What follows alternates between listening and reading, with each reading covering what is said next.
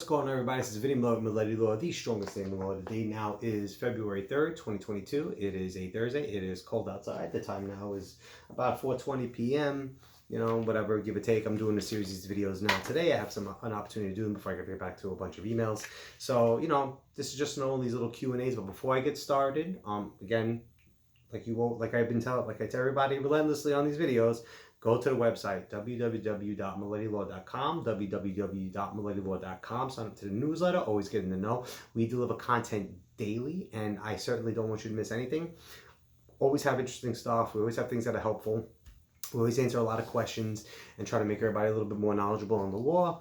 So, certainly don't miss that. Also, make sure you subscribe to this channel. We're actually growing numbers pretty quickly.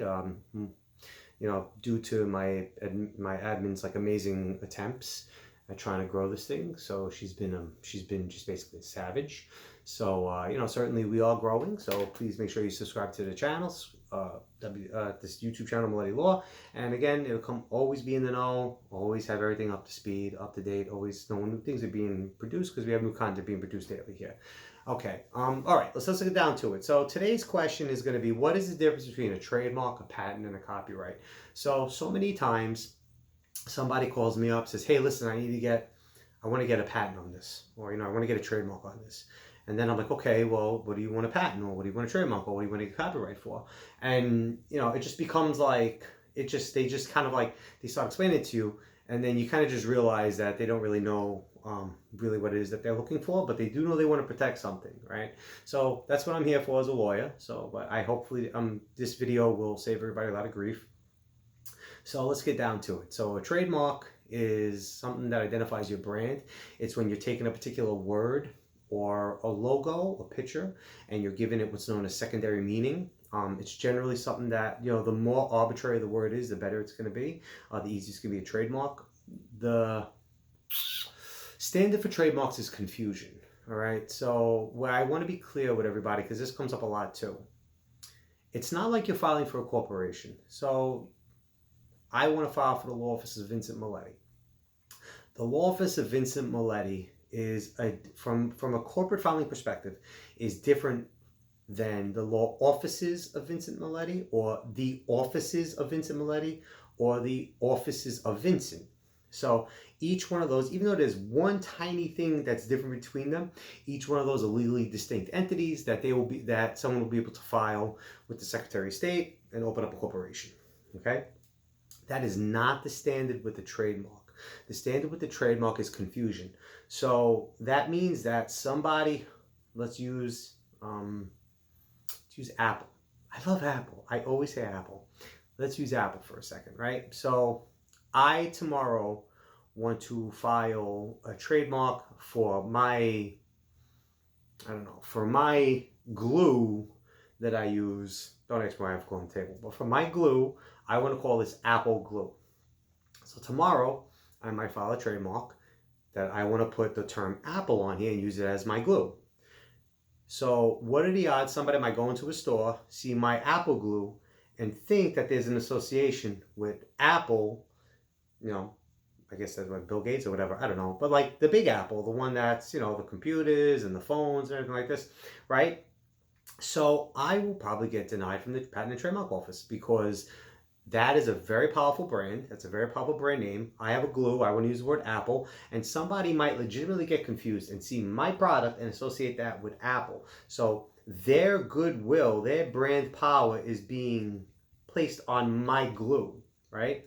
So I'm benefiting from them, and it's that confusion. So now that's against the law, right? You can't do that. That's what they restrict that. And if you do apply to the U.S. Patent and Trademark Office, they'll probably try to block that. But the point is, though, keep in mind what the standard for the trademark is. The standard for the trademark is not that it creates something totally new with a one-word difference or a one-letter difference, is that you look at confusion. So a trademark is a word or a logo or an image that has secondary meaning, that the word or image or logo itself connotes something about that brand, whether it be that it's a high quality brand, whether it be that you're going to get a great service from that company, or whatever the case is. Okay, so I like, for example, for myself, is I like to use Miletti Law. I have a little stamp that I do for like fun, right? So I'll show you the stamp. So Miletti Law is Miletti Law is a registered trademark. So there's no doubt about that. I'm the owner of Miletti Law, right? Miletti Law is a registered trademark. So I have this stamp, and I think it's very funny. So every time I stamp this, I don't know if you can see it, it says Miletti approved, right?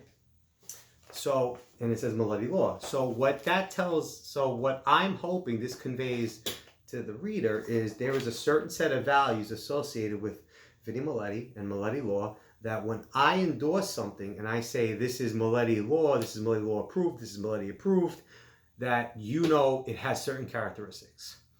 If you follow me for a while, if you know me, you would probably associate anything that has a stance as Miletti Law with something intense, probably something libertarian, anti-government, probably something small government, and probably something related to my dog.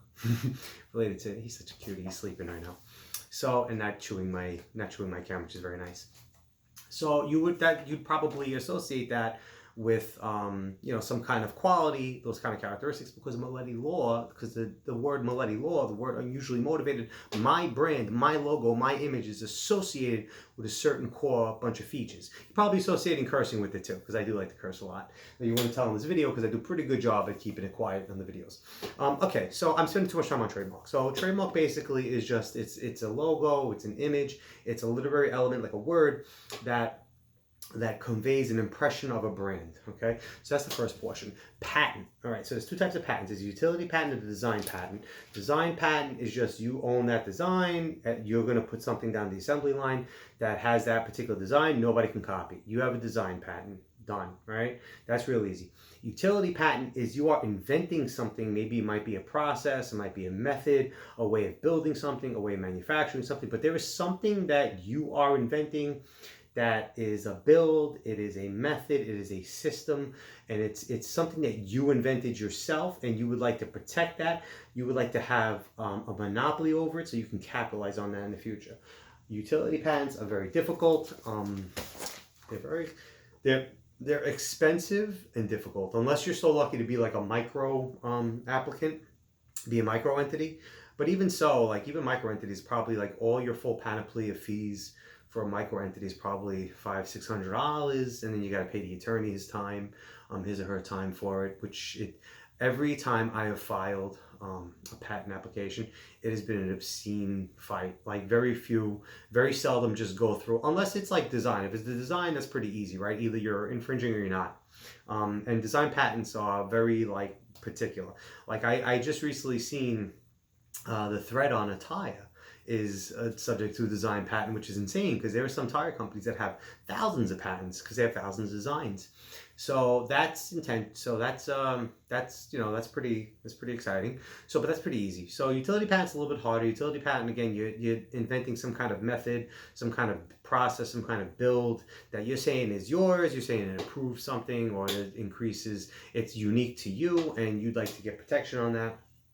So that's a patent, that's a utility patent. Again, very expensive, hard to do, very time consuming, will wind, and like, I think in my experience, I've probably had like a 30% success rate at just following through with a patent. For the most part, a lot of them are fights because it also is kind of like in the eyes of the beholder. So like the person who's reviewing your patent, the examiner, might make some kind of connection that you didn't see, no matter how well your diligence is. I have a great system that I use. I think it's called like Inkwork or something. And I mean, it's like a great system. It really does a really good job at identifying what your patent is and what it's relative to. It really does a great job doing it. And I think what do you call it? So, and I still have challenges. Like I still, it's the connections they make sometimes are very unusual. So, and then they build issues. So like they could take one piece of this invention, one piece of this invention, one piece of this invention, and they could say when you combine those three, it makes this invention. So I mean, like sometimes it could be a real big challenge. So, but whatever, that's that. The final portion is copyright. So copyright is it's like a literary work, right? So copyrights are for like creative creative works that usually fall under books, poems, music, programming, and artwork. So books, poems, music, computer programming, and artwork. And you claim ownership to that. This is, I mean, copyrights, it's a very easy thing. It's not difficult to do to get a copyright. You know, it could be a poem, it could be a story, it could be a picture, it could be an article you've written. You know, I was contemplating at some point in time, I wanted to do some of my blogs, but, you know, whatever, I don't get my blog, you know, it's just too many blogs that I have.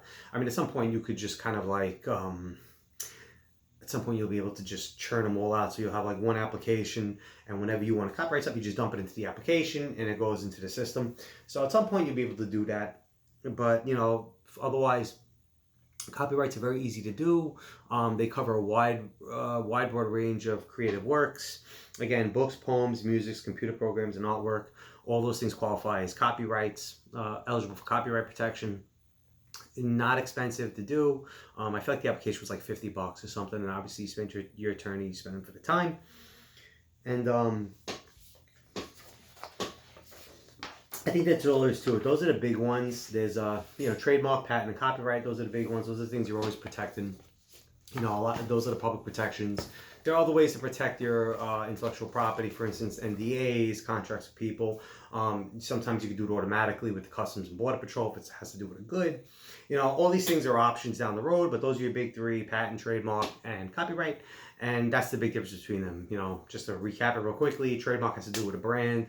It's either has to do with a product or with a service. It's kind of like a literary element or a logo or a picture that is symbolic of a brand, and it carries around with it the goodwill of a brand and like the power of it. Okay, patent has to do with a design patent, which just, you know, this is what it is, it looks like this, you claim the design patent on that. Or utility patent, which is there's some kind of invention, some kind of method or process or something you've built, some kind of construction that is unique to what you have done, what you have invented, and you want ownership rights of that. You want to be able to, you know, keep those ownership rights for like 20 years or whatever it is on a patent. And then finally you have your copyrights. Your copyrights have to do with creative works. Your creative works are books, poems, music, computer programs, and artwork. I think the period of like protection is generally 70 years. You know, and it gets federally protected. Finally, there are protections outside of these big three. There are a lot, you know, private contracts, Customs and Border Patrol has something that they offer, state law, common law, stuff like this. So that's also an option, but we digress for here. So that's all there is to it. I hope this was helpful. This was actually a little bit longer. This video was like 13 minutes. I tried to put them a little bit quicker, but I am long-winded. So, and I did spend a lot of time on trademarks before I moved on. So, look, I hope this was helpful. If you have any questions, obviously, let us know. If you want us to do something for you, like a trademark, patent, copyright, whatever the case is, certainly we're always more than happy to help. You can reach out to us any way you want, by email at vmiletti@milettilaw.com, vmiletti@milettilaw.com. Go to the website www.milettilaw.com, MILETTI law LAW.com. You know, let us know on the Facebook page, on the Instagram page, YouTube, all over the place. All right, then. So that's it for now. So as always, yours in laws and love and lifts. If you have any questions, please let us know. And we certainly hope you all have a wonderful day and a wonderful week ahead. And stay warm because it is cold out there. Hopefully, I'm down in Savannah sooner rather than later.